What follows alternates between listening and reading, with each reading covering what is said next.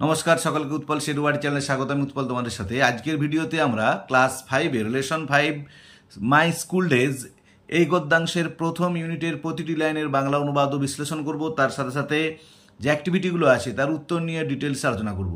তাই তোমরা ভিডিওটা স্কিপ না করে অবশ্যই প্রথম থেকে শেষ পর্যন্ত দেখবে। আর যারা আজ আমার চ্যানেলটা প্রথম দেখছো বা চ্যানেলটা এখনও সাবস্ক্রাইব করো নি, তারা অবশ্যই চ্যানেলটা সাবস্ক্রাইব করে পাশে থাকা বেল বাটনটা প্রেস করবে, যাতে পরের ভিডিওগুলো আপলোড করার সাথে সাথে তোমাদের কাছে নোটিফিকেশন পৌঁছে যায়। আর আমি অলরেডি ক্লাস 5-এর প্রথম 4টি লেসনের প্রতিটি লাইনের বাংলা অনুবাদ বিশ্লেষণ প্রত্যেকটা অ্যাক্টিভিটির উত্তর নিয়ে ভিডিও আপলোড করেছি।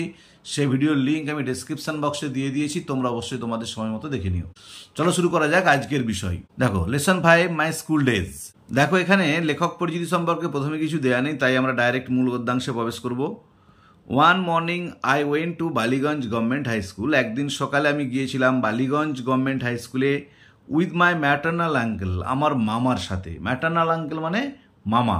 The class teacher gave me a few question. শ্রেণী শিক্ষক আমাকে কতগুলো প্রশ্ন দিয়েছিল টু অ্যান্সার, উত্তর দেওয়ার মতো।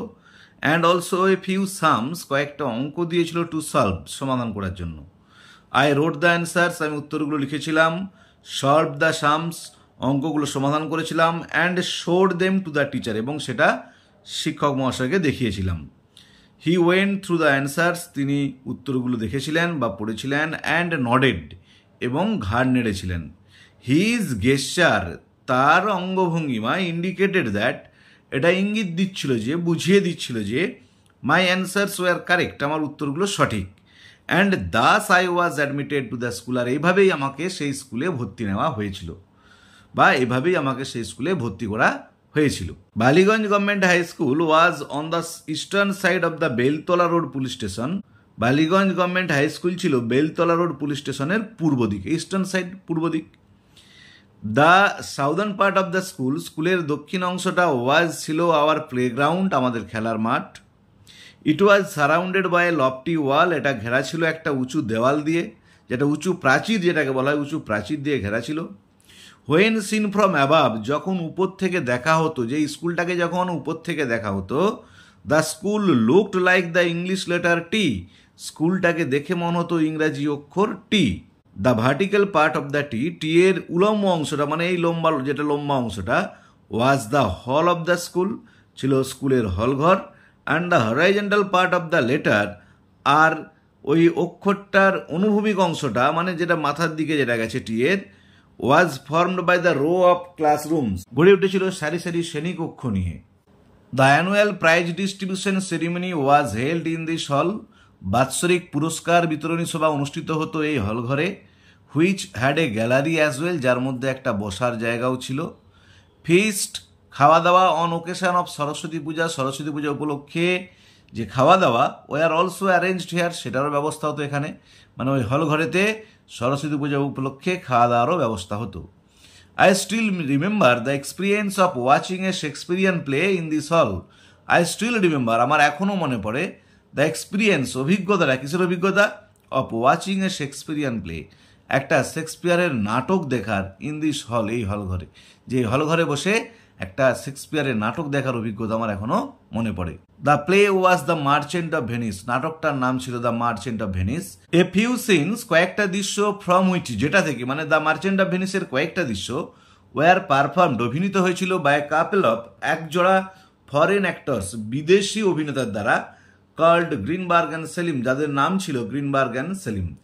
যে দুজন বিদেশি অভিনেতা অভিনয় করেছিলেন তাদের মধ্যে একজন ছিলেন গ্রিনবার্গ, একজন ছিলেন সেলিম।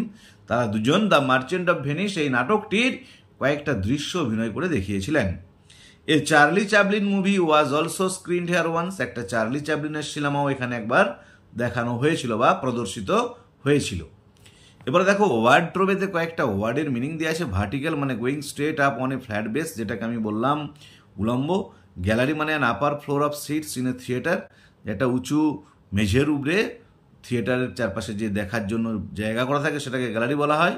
ফরেন মানে belonging to a country other than own, নিজের দেশ ছাড়া অন্য দেশের মানুষ তাকে ফরেন বলে। এরপর দেখো অ্যাক্টিভিটি 1। অ্যাক্টিভিটি 1-এ কি বলা আছে? Let's answer the following question. চলো আমরা নিচের প্রশ্নগুলোর উত্তর দিই। দেখো আমি তোমাদের সুবিধার জন্য উত্তরগুলো লিখে দিয়েছি। প্রথমেরটা আছে to which school was the author admitted, কোন স্কুলে লেখককে ভর্তি করা হয়েছিল? দেখো the author was admitted to Ballygunge government high school, যে লেখককে ভর্তি করা হয়েছিল বালিগঞ্জ গভর্নমেন্ট হাই স্কুলে। বিয়েরটা আছে হোয়াট ওয়াজ দ্য স্কুল হল ইউজড ফর, স্কুলের হলঘরটা কী জন্য ব্যবহৃত হতো। দেখো উত্তর লিখেছি the school hall was used for the annual prize distribution ceremony, স্কুলের হলঘরটা ব্যবহৃত হতো বাৎসরিক পুরস্কার বিতরণ অনুষ্ঠানের জন্য, and feast on occasion of Saraswati Puja, আর সরস্বতী পূজা উপলক্ষে খাওয়া দাওয়ার জন্য। সেটা দেখো what was the name of the Shakespearean play, শেক্সপিয়ারের নাটকটার কি নাম ছিল, that was performed in the hall, যে নাটকটা অনুষ্ঠিত হয়েছিল হলঘরে। The name of the Shakespearean play, শেক্সপিয়ারের নাটকটা that was performed in the হল, যেটা অভিনীত হয়েছিল ওই হলঘরেতে, ওয়াজ তার নাম ছিল কি দ্য মার্চেন্ট অফ ভেনিস। এরপর ডি একটা দেখো name the two foreign actors, নাম উল্লেখ করো দুজন বিদেশি অভিনেতার, মেনশন বাই দ্য অথার, যেগুলো উল্লেখ করা আছে লেখকের দ্বারা, যে গদ্যাংশে যে নামগুলো বলা আছে। The name of the two foreign actors mention by the author, দুজন বিদেশি অভিনেতার নাম যেটা উল্লেখ করা আছে লেখকের দ্বারা, আর গ্রিনবার্গ অ্যান্ড সেলিম, তারা হচ্ছে গ্রিনবার্গ এবং সেলিম। দেখো এবার অ্যাক্টিভিটি 2 এ দেখো অ্যাক্টিভিটি 2 এ কি বলা আছে, write T for true and F for false statement in the given boxes, যে ঠিক হলে টি আর ভুল হলে এফ লেখো নিচের যে বক্সগুলো দেওয়া আছে সেখানে। আমি এখানেও তোমাদের সুবিধার জন্য উত্তরগুলো লিখে দিয়েছি, দেখে নাও। প্রথমেরটা কি আছে, the author went to Ballygunge government high school with his mother, লেখক বালিগঞ্জ গভর্নমেন্ট হাই স্কুলে গিয়েছিলেন তার মায়ের সাথে, এটা ফলস, মিথ্যা। বিয়েরটা দেখো the Ballygunge government high school is on the eastern side of Beltala road police station, Ballygunge government high স্কুলটা ছিল বেলতলা রোড পুলিশ স্টেশনের পূর্ব দিকে, এটা ঠিক, তাই আমি টি লিখেছি। সিয়েরটা দেখো the southern part of the school was the playground, স্কুলের দক্ষিণ অংশটা ছিল খেলার মাঠ, এটা ঠিক, তাই টি লেখা হয়েছে।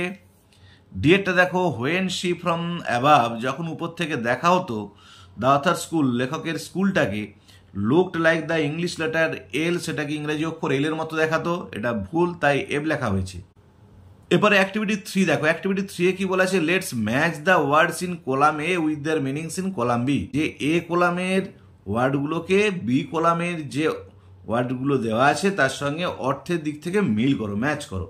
আমি এখানেও দেখো উত্তরগুলো করে দিয়েছি। সামস মানে অঙ্ক, এটা হবে ম্যাথামেটিক্যাল প্রবলেমস। নডেড মানে হচ্ছে মাথা নাড়া, দেখো এই যে moving the head up and down to say yes. Surrounded মানে ঘিরে রাখা, দেখো এটা হবে এনসার্কেলড। ফরেনার মানে বিদেশি, এটা হবে someone who belongs to another country.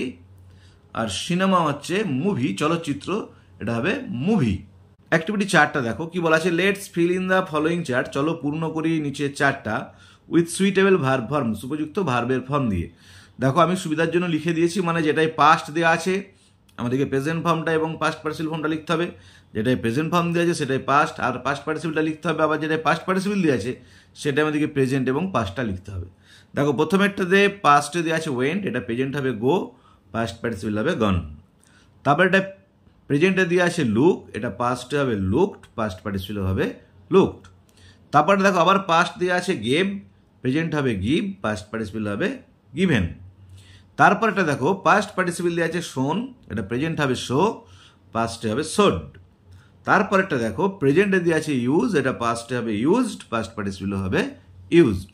এরপর অ্যাক্টিভিটি 5, অ্যাক্টিভিটি 5-এ কি বলা আছে, form sentences of your own, নিজের থেকে বাক্য গঠন করো উইথ দ্য ফলোয়িং ভার্বস, নিচের যে ভার্বগুলো দেওয়া আছে সেগুলো দিয়ে যে নিজেকে বাক্য গঠন করতে হবে। দেখো প্রথমেরটা আছে ওয়েন্ট, ওয়েন্টটা কি হবে, we went Delhi by train, আমরা দিল্লি গিয়েছিলাম ট্রেনে।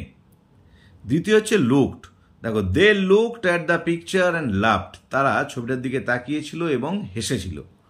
তারপরটা আছে give, please give me a pen, দয়া করে আমাকে একটা কলম দাও। তারপরে আছে show, I shall show you a magic, আমি তোমাকে একটা জাদু দেখাবো। তারপরে আছে use, did he use my laptop, সে কি আমার ল্যাপটপটা ব্যবহার করেছিল।